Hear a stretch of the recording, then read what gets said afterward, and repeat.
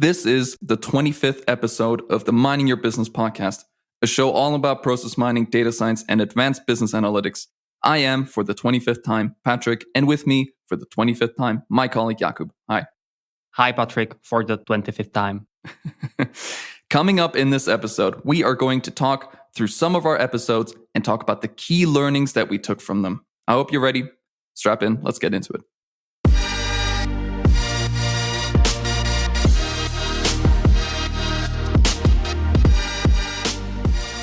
Hello again, process mining community, and welcome to Mining Your Business podcast. Today, we will be contemplating. Why? Well, because we already made it to the episode 25 in such a niche topic as process mining. And man, oh man, what a ride it has been. We talked to so many interesting guests, not to mention how many others are lined up for the future episodes. And we learned so much. This is really insane for me. The biggest key learnings of our show thus far, we want to share with you, our listeners. We think these gems are really useful for anyone, no matter whether you are a consultant such as ourselves, a BI analyst, or a project manager. We will tell you what these findings mean for us, how to apply them, who told us in the first place, or what are some of the interesting results that we have after applying these learnings. But before we get into it, Patrick, my friend, how do you feel about making it all the way to episode 25? It's almost a year since episode 1, and this is huge. Yeah, it's been a little surreal because it seems like it was only yesterday we decided to start this podcast, and here we are 25 episodes later with an ever-growing community, with an ever-growing number of listeners, and it's kind of surreal that we've gotten to this place. I still can't really believe it myself, looking at the stats. So thank you, first of all, everyone listening. It's been a wild ride, and you helped us get here. So thank you for that. Yeah, we are actually recording by the end of November, even though this episode will air by the end of December. And just recently, we have passed the 5,000 downloads, 5,000 listens of our podcast. And again, I just want to thank you all for being here with us, for making this possible. And really, this feedback loop, seeing the numbers steadily grow, actually makes us want to record more and more, and we really enjoy it.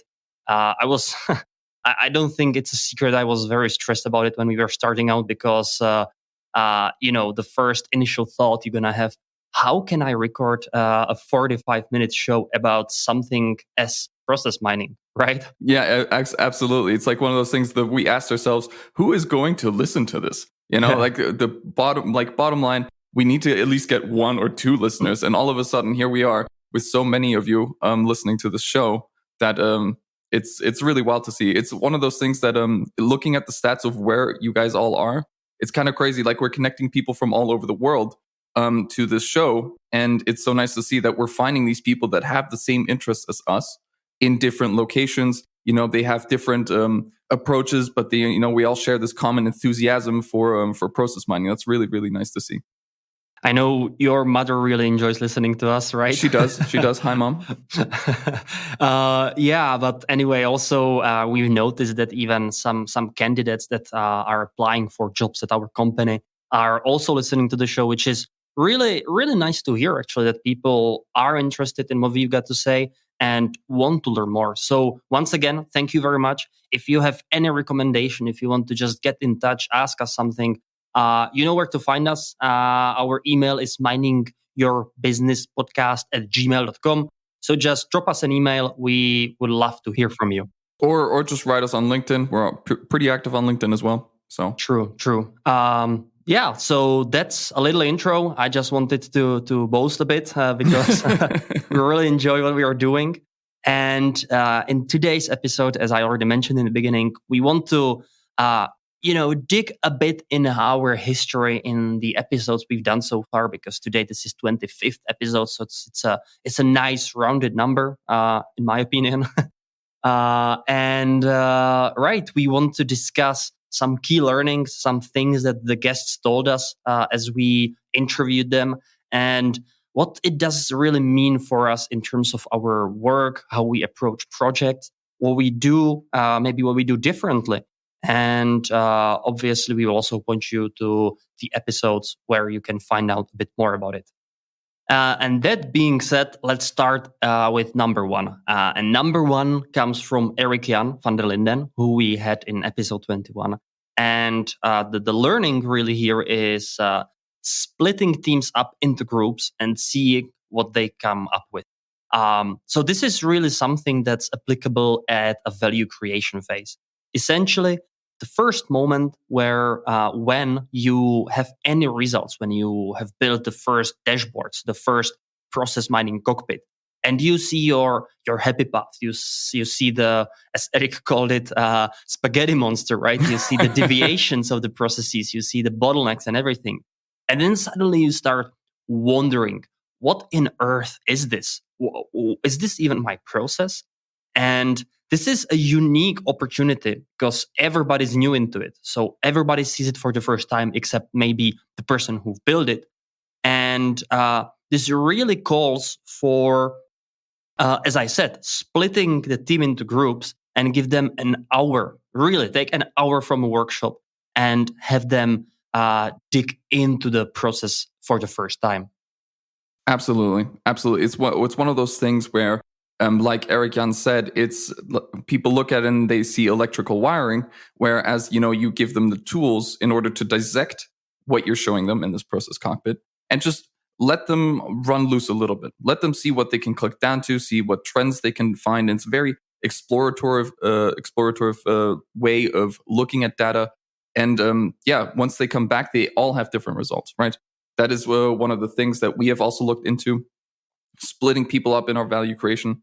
And the results have been pretty interesting, I should say.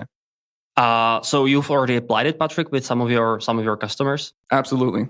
I think one of them so far, because I remembered the episode and I said, okay, let's have this approach. Let's give them 30 minutes and just give them all access to the analysis and let them just filter. Obviously, you need to make sure, first of all, that they know how to use the tool, right? Right. Because for a lot of them, it's the first time they've seen it. So a basic filtering, where to click, how to unclick, and things like that are necessary. But once you do that, just say, okay, it doesn't really matter if it's what you're looking at or when you're looking at it or like in what time frame. Just have a look, see what you can find, right?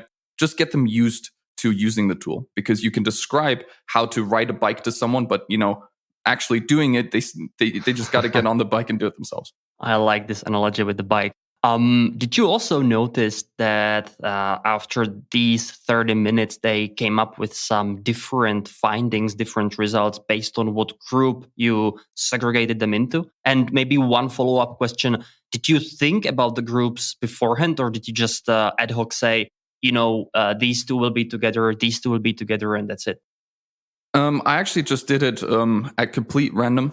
I wanted to see if some of the finance people and some of the more process-specific people that are working in, for example, purchasing or something like that, what they saw and that they could immediately discuss on the findings that they saw, right? So what ended up happening really is that there wasn't so much like really clicking around, but the discussion started pretty much immediately, right? Yeah. Between what is looking at, when the process actually starts for whom, what the overlap is, what role people play in the process, what it's telling them, what it's showing them. And the discussions just went for the full 30 minutes. Yeah, that's lovely. And I like to hear that whatever our guests are telling us actually makes a lot of sense. Yeah. Awesome. Let's move to number 2. And I just need to mention that there is no specific order to these learnings. So I think they are all equally important in different parts of the project. So just hang with us on this one. Number 2 is that after a handover, which is essentially the time that you, for the first time, hand over the project, which could be after, let's say, first value creation workshop, or even after the, let's say, preliminarily technical implementation is finished. You hand over the project to a customer, and then you agree to have, let's say, a 15 or 30-minute meeting every other day for a validation. This tip actually comes from Daniel Jakob Reiner, who we had in episode 17. And it really comes down to the simple fact that you keep the feedback loop very, very short and very, very intense. Because what we noticed over many implementations we've done in the past is that the initial, let's say, pushback from the people who know the process, be it business people, be it IT people, is relatively big. And you have to build the trust. You have to build the trust that whatever you are showing is actually matching the reality. And not necessarily this is always the case. After all, you are implementing it. You are coming with some solutions, and the more custom made system you are dealing with, the more deviations there might be. And settling this trust from the very beginning by having short feedback loops and talking to people who are working with the data on, let's say, every other day is huge in terms of building the bridge. So you're saying that it's the opposite of building or getting the requirements on one workshop and then coming back 2 months later and saying, here's the final product, trust us, it's correct. And your approach is now saying that you should engage the people more regularly, have more discussions with them, and kind of build this in shorter cycles. Yeah, exactly. So just to put it into perspective, you will need some time after the first, let's say, workshop where you define the goals, where you define the process. You will need 2 to 3 weeks at least to build some ground, right? At that phase, any contact is actually undesired because I think the data scientist, whether it's external or internal, needs some time to focus and to actually build a solution. But as soon as there is a MVP, so a minimal viable product, which is the process in some form, it doesn't have to be perfect, but it is working and it's showing the data, the reality.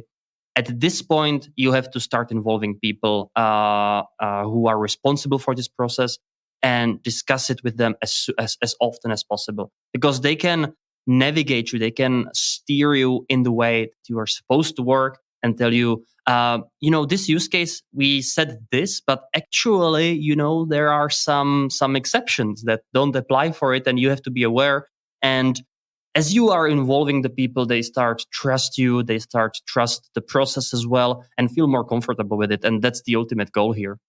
I know that you've had some experience applying this strategy with one of your more recent clients. And I wanted to ask you, how does that compare, or the success of that project, how does that compare to the previous ones you did where you didn't apply the strategy? Yeah, it's big. The customer loved it because they felt that we are there for them every day. They felt that we value them a lot and that we are trying to do the best we can to help them to meet their goals with the process mining initiative. And right, yeah, essentially, also the people who were supposed to at some point take over from us from the implementation perspective, they were very happy to talk to us on so often, on such often basis, because it just helped them to get more into the problematics. And on the other side, when we didn't do that in previous projects, it happened that we were doing something for a week or two, and then we had an update call, and nobody really knew where we are. There were very little ideas coming up from those implementations. So if you're working on a use case and the person who's overseeing you sees it every other day, there will be a bunch of ideas from that. While on the other side, when the person doesn't see that, and then in 2 weeks he or she sees it for the first time, it's probably going to be more doubt than ideas what to improve, right? Yeah, and it's also like ideas take time, right? So from the first time you see the tool to the finished product, right, you don't have all your ideas and all the things you want to see in your final product right at the beginning, right? It's iterative in a way that once you develop the idea, you say, it's actually not that good. Let's change it though. We've learned some things about this idea, and let's just keep iterating, right? This iterative loop, the final product comes in stages of ideas, right? So you're just giving them time to develop them. Absolutely, Patrick. Let's move to number 3. And that is from our own Nicolas Müller, who you could hear in episode 18. And that is, don't plan scoping before you connect the data. Patrick, what would you say about that? Oh, yeah, this is undeniably true. There is nothing worse than getting everybody super pumped and super excited for the upcoming project where we build them analyses based on process mining. A lot of people have heard about it. Some people are excited. Some people don't know what to think, right? But you're in that meeting, you're telling them, hey, we can look at this, maybe give them a small demo or something, but we can look at your data. Everyone's really excited. And then, okay, first steps, we need to connect the data, right? And from all our experience, I think we also had another episode where we talked about this. It can take a long, long time before we actually get data and can actually build the analyses that we were so enthusiastic about a couple of months ago, right? Yeah. By then, people have moved on to other things. People have already switched departments. Who knows what could have happened? Yeah. And all of a sudden, that enthusiasm and all that drive needed to actually finish the project on time and well is completely gone, right? Yeah. All the momentum's gone. The people backing the project are starting to doubt, because it's taking way longer than what they thought it would take and things like that. So making sure that as soon as you have that enthusiastic drive and you want to get that going, you already have data so you can get started right away. Yeah. Happened to me, unfortunately. So I had 2 projects coming up, essentially around the same time, April 2020. So yeah, everybody's excited. Everybody wants to do process mining. Everybody wants to sell on this. Let's get into it, right? So we had the scoping workshop. We, interestingly, also the processes were the same. We both did purchase to pay, with one more focused on AP, the other more focused on the actual purchasing or procurement part. And we did the workshop, and then bam, one customer, I found out that they actually are working in a database that is not supported anymore. Very archaic, very old database. Oh, no. So we had to just figure out a way, basically build a bridge or bridge the gap. Sorry, between the cloud where we needed to have the data and between the very old database. So we had to squeeze in another database where they first exported the data and then pushed it to the cloud. Took us about 5 months. And the other customer where there was some security issues and we had to incorporate another piece of security that at that time was not standard and essentially no one ever used it. So it took us also about 5 or 6 months before we get that going. And as you said, Patrick, by then, nobody even remembers that there was a scoping workshop for something called process mining, not to mention people leave sometimes. Absolutely. Yeah. And all that knowledge and all that drive and all that, especially if the sponsor of the initiative, the one that's the most enthusiastic, that wants to put their weight behind it, could also be gone or has lost faith. And 5 to 6 months, that's a long, long time, Yeah. So people, don't do scoping. Don't talk to the business people before you know that you can get the data. Moving to number 4, and that comes from Telmo Silva, who we had in episode 19. And that's something, Patrick, you're going to hate, but it's graphics and colors matter. What makes you say I hate that? I know how you always feel about me. I don't want to say some curse word here, but let's say me correcting you and telling you that the design is actually important. Yeah, I've come to see the truth in this. It's the first impressions that really matter in a lot of ways, even when they shouldn't, right? If the content is good, that should speak for itself. But for the initial impression, it needs to be clean. It needs to be as well as clean as also functional, right? So it needs to do a bit of both. And you cannot just do rainbow colors as much as you want and have an analysis that looks completely all over the place. Users don't know what to click. Users don't know what it means. That's not a good first impression to make.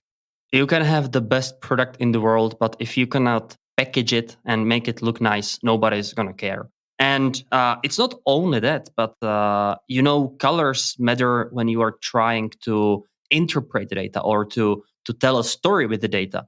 And if you are combining colors that don't really match together. So for instance, green usually means something good. You are trying to show a trend that's positive.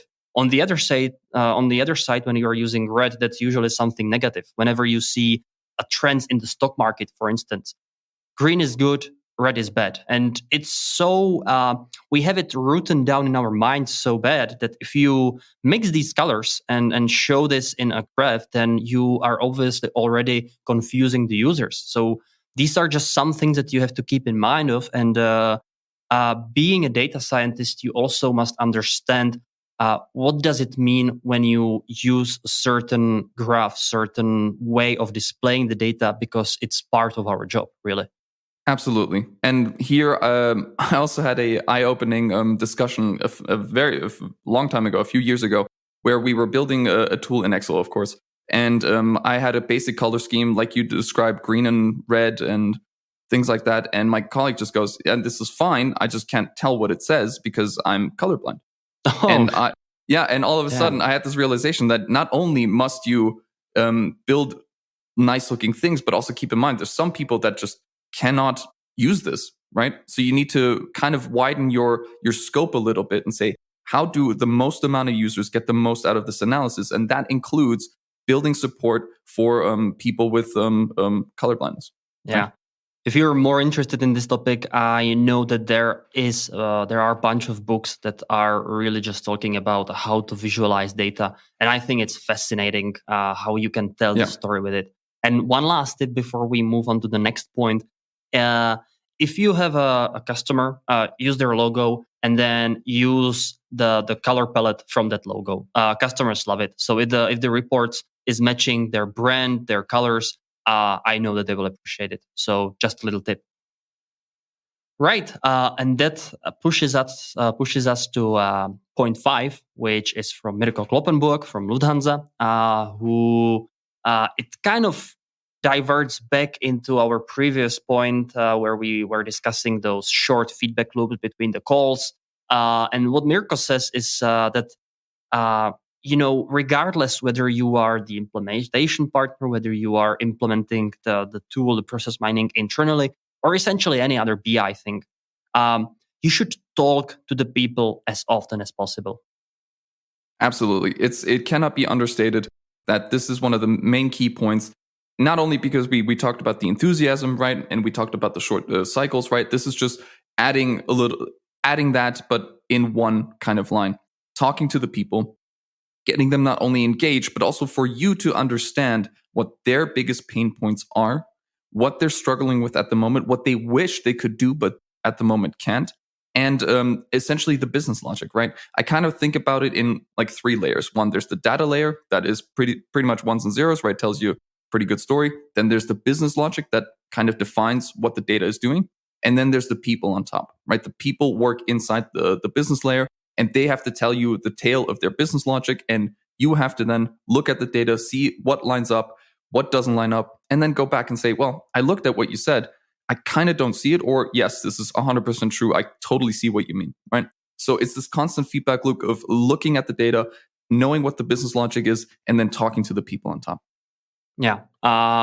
Patrick, do you think that after hearing this from Mirko, or generally while we are doing these podcasts, do you think you started to talk more to the people that we are dealing with in our projects than you might have done before? Absolutely. So one of the things that I've just noticed after going through this list, we are talking not about how to do data or work with data. We are the main points so far have been how to work with people. And it's one of those things that Mirko really drives home. He's focusing on the people behind the process, right? Really focusing on the people that work inside. And I think that's such a powerful way to look at it, because you could just say, well, we're looking at business logic and that's it. But there's people behind it. There's people that are driving the change of it and the success of it as well. So with that being said, I do find myself now focusing more, not just the data, because the data is pretty arbitrary at this point. It's the people behind it that really, really make the decision, that define the success or the failure of your project. Yeah, essentially revolve it around them and ask them why they want it, how they want it, what value does it bring to them.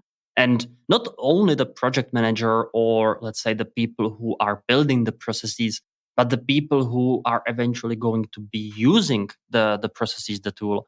And everything should revolve around what they think, what they want to measure, and how can it help ease their work. Because if they adopt the tool, then everyone's happy. Absolutely. And this is also kind of leads back into a point that Eric Jan van der Linden pointed out. You need to have business value. You need to define value for the people when looking at any sort of analysis, right? It needs to translate back into actual value for them, right? Harping on this value is incredibly important. Right, Patrick. And I'm going to skip here a couple of points because now that you are mentioning the value, I initially had it as number 9 in our list, but I'm just going to say it right now as number 6. And that comes from Ricardo Enriquez, who you could have heard in the previous episode, who said that you've got to be obsessed with generating the value.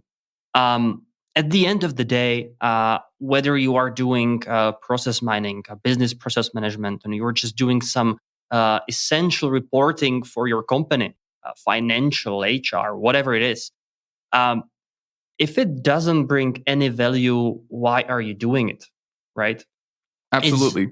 It shouldn't be just about showing a number. It should be about showing a number that can have a direct implication to something. And with process mining, it's not only about the implication, but you can actually measure the implication and do some precautions, take some steps to either improve or prevent it from happening in the first place. Yeah, absolutely. And with process mining, you're so close to the actual inner workings of the company, right? You're reading the data as it's coming from the business logic, right? So you are very, very close to the inner workings, the ins and outs of the business, right? So changing that or being able to view that and viewing the best way how to change it is a very effective way onto generating value. And not only that, and also at the end of the day, saving money. Yeah. And that is why it helps to have a very precise, very, very concrete business case at the beginning that you want to solve. And if I am a person responsible for a process mining initiative within my company, then I would always take it step by step. And I would focus on one use case and just go so deep into it that it really is state of art when it comes to execution, and just try to get as much value from this one use case as possible before prioritizing others and moving to others. Exactly. Just don't reach out and have a massive scope of things you want to change. Go it step by step, focus on one. Once you've done that, tackle all the others. Yeah. You will be surprised first of all, how much effort it's going to take and how much money you can eventually save with really, really going deep on one. Absolutely. Good. Then let's move back a little for number 7 on our list. And that is from Manuel Meindl, episode 14. Where we talked about the crossover between business process management and process mining. And what Manuel Meindl said was to include the business people from day one. Now, I don't want to say that this was something new to us, but I know that this can be also underestimated. And, as you've probably noticed by now, this episode seems to be all about this people interaction. And, we have IT backgrounds or engineering backgrounds. People is not really our, I would say, our thing. So maybe it's just looking deeper into ourselves, what we have been neglecting before and what we are improving now. But including business people from day one, for me, that day one would be, the kickoff of the project. So don't do it only with IT people, but start already with the business who should be aware of what you want to do and should steer it in the way that it's, at the end of the day, providing value for them. Absolutely. And this one is close and dear to my heart because I've had projects where the business people were kept from day one, essentially the opposite of what we're telling you. And essentially what it boiled down to, we built this tool and it was great. The analysis worked. Process mining was was in play, and we could, track the process, and it was good. And then once that was done, we came to the users and we told them, hey, look at it and see if you like it. And if you like it, validate it. And their response was, why should we care? Why should I care? But I didn't ask for this. I had no say in this whatsoever. This is not showing me what I want. This is not showing me my biggest pain points. I don't care about this. And so obviously they didn't spend any time validating it because they just didn't care, which understandable. They weren't consulted. They weren't asked. Yeah, so essentially what it boiled down to is the project didn't go very well, as you can imagine, because none of the business users that we built the tool for actually asked for it. Mm. Have you ever wondered, or have you ever found out what was the reason that the business was not involved in the initial phase? It was mainly a capacity issue. So the business people were dealing with other projects and just didn't have time, right. We were told. So they didn't want to be involved at the beginning, but some of the project leads of this initiative had time, so we kind of squeezed it in. Mm-hmm. And then, we were going to look at it at a later date with the business people. And as you can imagine, that didn't really go that well. Yeah, and it maybe, again, boils down to the value perspective of process mining. And it's a great tool. I think it would work essentially for any bigger organization to dig into their processes. But the request has to come from the people who will be using it, and not from IT people who maybe see the potential and are aware of it. But if the business is not on the board, then it's just going to be another BI tool. And then actually it's also the IT people's job to educate the business users to prove them why this could be interesting for them, and to really spark the interest in them. Absolutely. It's being able to look at the business users' pain points, their biggest problems, the things they're struggling with, and being able to give them the best solution to those problems, right? Mm-hmm. Okay, Patrick, let's move to number 8. And that is from our colleague, Daniel Buche, episode 11, where we talk about project management in process mining, let's say pilots and projects. And what he says is that it's vital to have deadlines, both for us and the customers. And Patrick, I know you want to talk about this a bit more. Yeah, it's important, right? Because obviously we as an external company come to our clients and we say, okay, we want to do this thing. They want to do it by year's end or by the end of the quarter or something like that, right? They have a deadline for us, right? But with that, they don't realize comes a whole bunch of deadlines for them as well, right? It's all the work isn't done by us. I'd say a bunch of the work is actually on the client to, one, provide us the information, provide us the data, provide us the capacity to validate the data, provide us the capacity for the business people to be involved in the say of it, right? And at the end, have the capacity to train people, have the capacity to, and then hand it over, right? So there's a whole bunch of requirements, not just on us. I think the biggest requirements are on them to provide the capacity and the drive and the enthusiasm and the funds to actually get this done, right? So there's the deadlines are vital for the customer, for the client to meet, so we can actually get it done by their deadlines, right?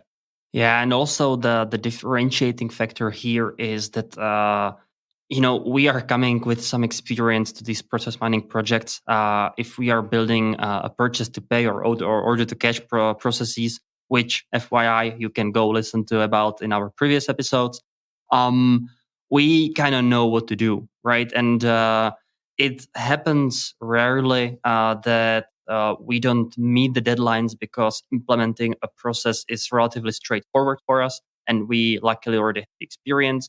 But as you are saying, then a whole new door of responsibilities, of tasks open up.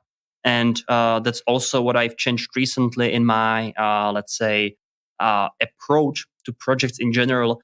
And I'm pushing as much as possible for someone taking over the governance of the initiative, someone who can function a bit cross department like, meaning that he has enough of a pool to tell people from different accounting departments, procurement departments, to tell them that they need to do something. And at the same time, the person has at least certain understanding of the technical concept in the background. And then this person can navigate through the project, set out deadlines. For us, obviously, we need it as well, because otherwise we would just get too too comfortable and wouldn't do anything, right, Patrick? Yeah. But also for them, because we hand it over. We have these short feedback loops and everything. But if the customer never validates, never delivers, never says, "Okay, I need to do this," and in order to do this, I need to provide you with that. And these bottlenecks are occurring, I'm afraid, sometimes, and they can be solved, I think. I think so too. And I think it's one of those things that you said you need somebody to be able to, I wouldn't necessarily say whip, but more drive the people to get these things done, and make sure that the people that need to do these have the capacity, right? So that can go to their manager and say, hey, I need this person for 3 days in this week just to help me with this thing, right? And be able to have that pull to be able to do that, right? Because I think you know this just as well as I do, that when we come into a project and we tell them, hey, this is not just software that you just click and, we are getting into your business logic, right? We need to be able to have a good grasp of the business, and we need your people to help us do it. Otherwise, it's not going to work, right? So there becomes a point where they realize that this is going to be a little bit of work, right? And to clear that afterwards is a bit problematic, because we need the capacity to do it. Yeah. And again, if we are strictly talking about us only, we are still externals. That we can say whatever we want, but if there is someone from the organization that carries over the message, then it's just us talking, really. Exactly. I mean, we can't push people really to do much. We can stress the point that we need it, but we can't really be firm and say you need to get this done, or else. Like, what are we gonna do? Or else, nothing. Yeah, or else nothing.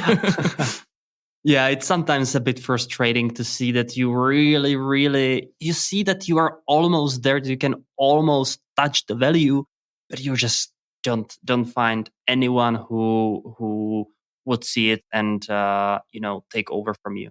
Yeah, and I empathize with the users, the business users, and the people, the IT people especially. They have not just the process mining project going on; they have a ton, right? So our project isn't as valuable or more valuable than any other project they have going on that day.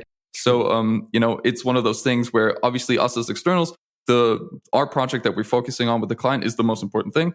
But with them, it's like, well, I have 10 other things to do. Yeah. You have 15 minutes, go. And I empathize with that. Everyone's very, very busy.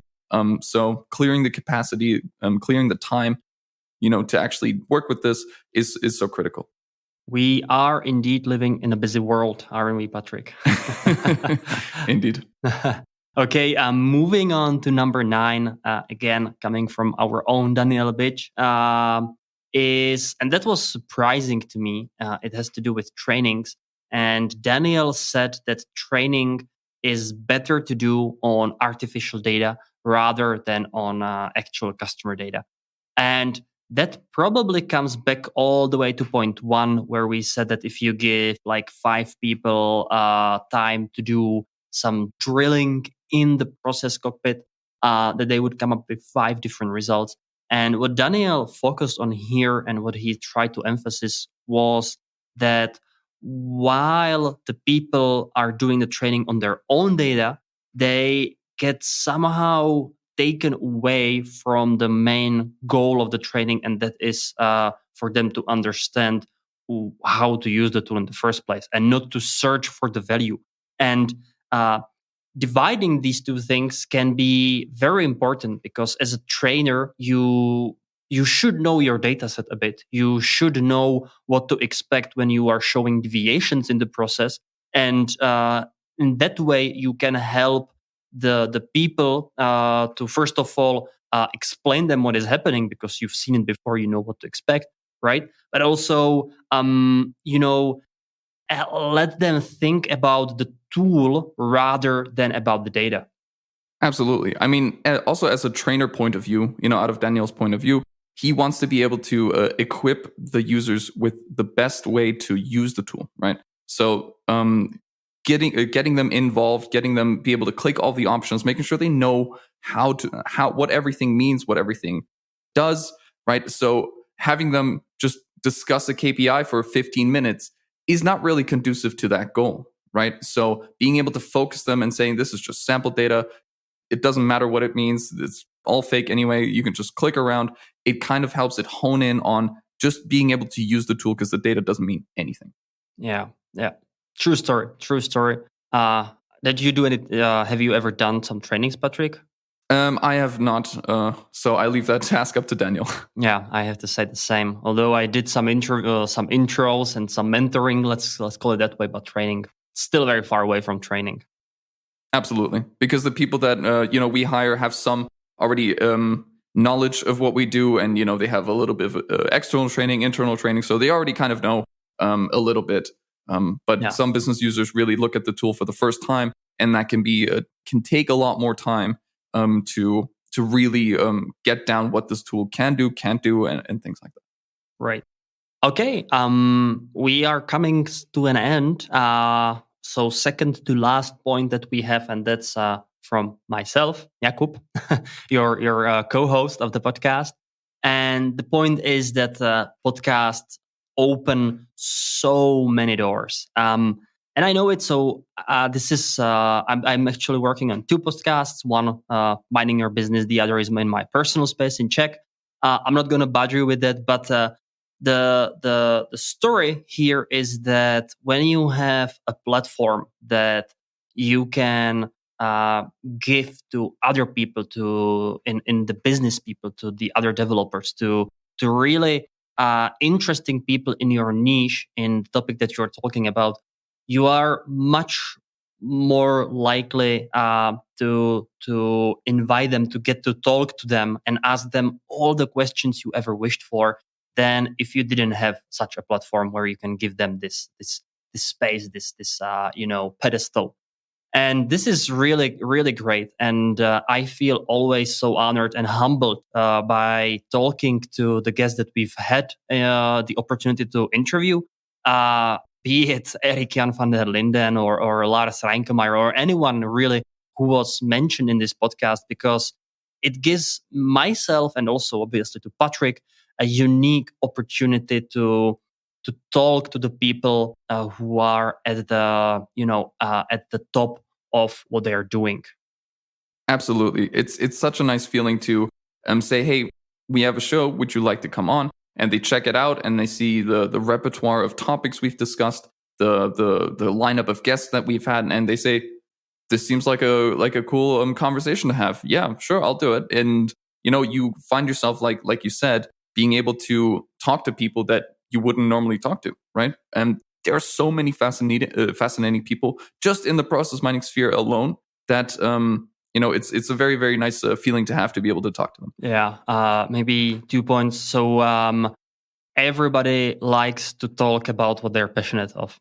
And if you know a person spent 20 years in process mining field and has worked in it for very long, I don't know about you, Patrick, but my girlfriend, she doesn't really like to listen to me talking about process mining. I can imagine. Surprise. I can imagine a lot of technical people have similar issues in their relationship. There's just really no one to let go of the steam, except your colleagues, obviously, and even they can get fed up with it.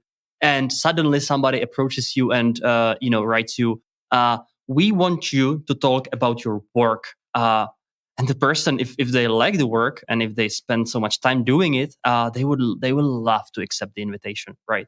Absolutely. And therein comes the challenge. How do we keep them from talking for 4 hours and just kind of condense this into like the 45 minutes to an hour version, right? That's where our job comes in. Yeah, just looking at our timeline, we are already 45 minutes in. So you see, we can get carried away if we are enjoying it.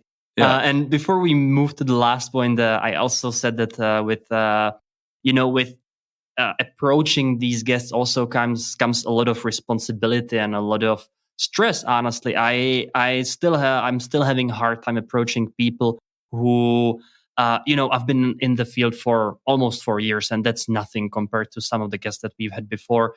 And it's as I said, it's a humbling experience, and at the same time, I can probably give you a bit preview. We are in talks with the big Will van der Aalst, who basically came up with process mining, and also some other very interesting guests. So definitely stay tuned, and we want to bring you to, let's say, to the core people who stood behind this rise of process mining, and also the reason why we are doing this podcast now, right?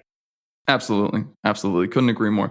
Shall we do the last one and wrap up? Do it, Patrick. Go for it. All right. My key learning here, not really learning, just the things that I've discovered or, noticed, is that doing the podcast is so much fun. At first, it was like a goofy idea that we threw around at work, and then we did it. And then we stood in front of the microphone for the first time. And I was sweating. Bullets. It was not a nice time. And I can tell you, after 25 of these, I don't sweat anymore. It's like having just a normal conversation and just, being able to enjoy yourself, being able to enjoy the talk with the person that's in front of you, and getting information out of them. And by that, I also think that I've learned a tremendous amount from all the guests and all the episodes we've done, being able to view these things that we've learned personally from a completely different set of eyes, different set of mindset, history, or experience has been really eye-opening, I should say. Mm-hmm. And personally, I think I've learned a lot from everyone. I've been able to use a lot of it in my own life and in my own work. So thank you, everyone, for that. And I look, like Jakub said, I also look forward to our future guests. There's some big names on the list of the people that we want to talk to. A lot more interesting topics that we want to cover. And I still remember when we did the first draft of the list of the things we wanted to talk about, right? And we struggled after like 4. And here we are at 25, and we have so many more things on the list, right? So it's like you said, an iterative process where, the first ideas are meh, but, then we get better and better, and we get more comfortable, and we're really finding our groove, and it's lovely. Yeah. I think you said it very well, Patrick. And I just wanted to thank you once again for listening to us. We are really grateful to see that some people out there are interested in what we've got to say and are excited that we are releasing this type of content. It makes us very happy. I will repeat, if you want to know anything about us, just get in touch with us. miningyourbusinesspodcast@gmail.com. We always reply the emails.